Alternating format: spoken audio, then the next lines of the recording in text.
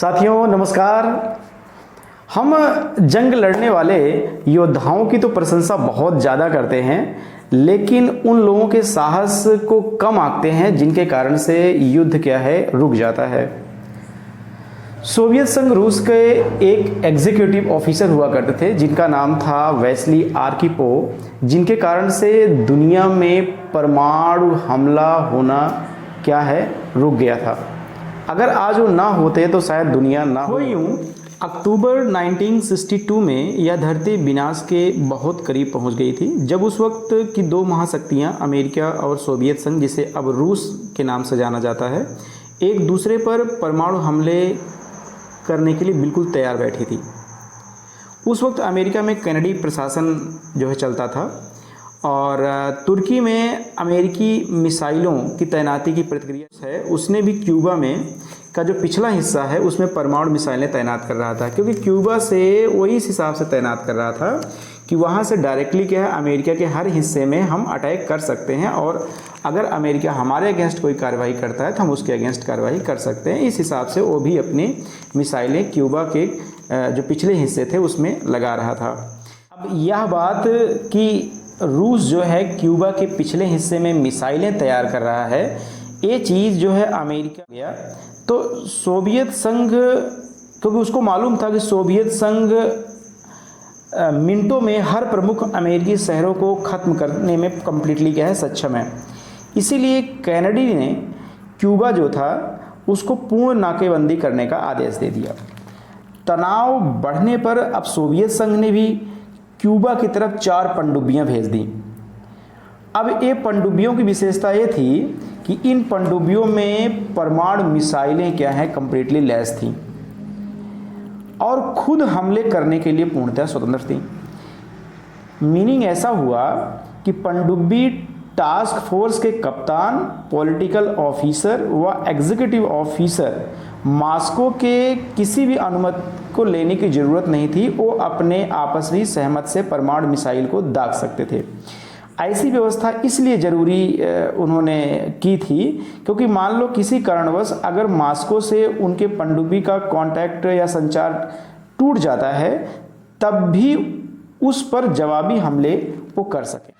अब जब ये पनडुब्बियाँ जो कि परमाणु मिसाइलों से लैस थी पानी में उतर गईं और इसकी जब भनक जो है अमेरिकी निगरानी प्रणाली को लगी तो अमेरिकी नौसेना ने गहरे जल में क्या करना शुरू कर दिया, विस्फोट करना शुरू कर दिया।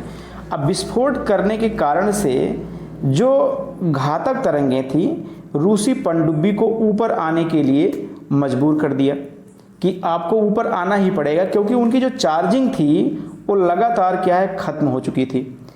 और एक बात हुई और ऐसी कि उनका जो संपर्क था वो मॉस्को से कम्प्लीटली क्या है टूट चुका। ऐसे निर्णायक मौके पर जब सोवियत पनडुब्बियों के चारों ओर विस्फोट हो रहे थे और उनकी बैटरियां क्या है कम्प्लीटली ख़त्म हो चुकी थी, तो अब उनको उनकी पनडुब्बी को ऊपर आने के सिवाय कोई दूसरा रास्ता, एक परमाणु टारपीडो लॉन्च करने का फैसला किया। उन्होंने कहा अब तो परमाणु हम मार ही देंगे।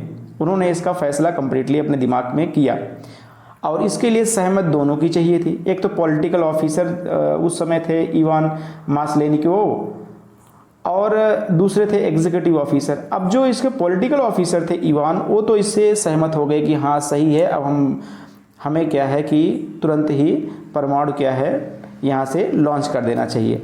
लेकिन उसमें एक ठंडे दिमाग के अधिकारी थे एग्जीक्यूटिव ऑफिसर जिसका नाम था वेस्ली आर्किपोव। उन्होंने कहा नहीं नहीं नहीं नहीं ऐसा नहीं अभी करना चाहिए। अब तीनों लोगों में ये बहस वहाँ पर कम्प्लीटली छिड़ गई। काफ़ी तीखी नोकझोंक तीनों लोगों में होने लगी।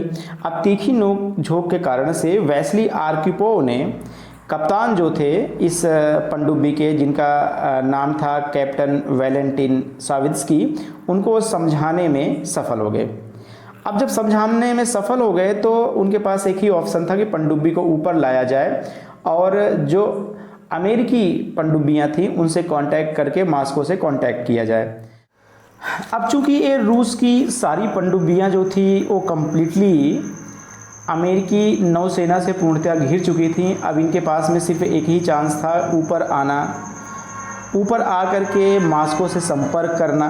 अब ये पनडुब्बियाँ ऊपर आती हैं और अमेरिकी नौसेना की सहायता से एक यह मॉस्को का जो इनका मुख्यालय था वहाँ से संपर्क करते हैं। संपर्क साधने के बाद में वहाँ से कमांड मिलती है और ये बाद में अमेरिका के तत्कालीन रक्षा मंत्री रॉबर्ट मैकनामारा का जो है एक बयान आया था, उसमें यह बताया गया था कि उन्होंने यह खुद माना था कि मानव इतिहास का ये जो पल था वो बहुत ही खतरनाक था। परमाणु युद्ध जो है एक ऐसे व्यक्ति के कारण से टल गया जो ठंडे दिमाग वाला था, अपने साथी अधिकारियों व खुद अपने भय से लोहा ले रहा था। आज हम यहाँ पर अगर जिंदा हैं तो वास्तव में कहा जाए तो आर्की पोव के कारण ही जिंदा है। हमारी दुनिया वाकई अजीब है। यहाँ उन जनरलों या योद्धाओं के नाम पर तो शहर, इमारतें, स्मारक आप सब कुछ दिख जाएगा जिन्होंने कई युद्ध लड़े, मगर आर्की पोव जैसे महानायक हाशिए पर धकेल दिए जाते हैं। हम युद्ध के वीरों की तो प्रशंसा करते हैं पर उन लोगों के साहस को कम आंकते हैं जो जंग रोकने का प्रयास करते हैं, जबकि हमें लोगों की जान बचाने के लिए जरूरी धैर्य, संकल्प और राजनीतिक तो जो कौशल है की दरकार है। धन्यवाद। आपको वीडियो पसंद आया हो तो वीडियो को लाइक, शेयर, सब्सक्राइब करें और आगे किस टॉपिक पे वीडियो बनाना है आप ज़रूर हमें शेयर करें।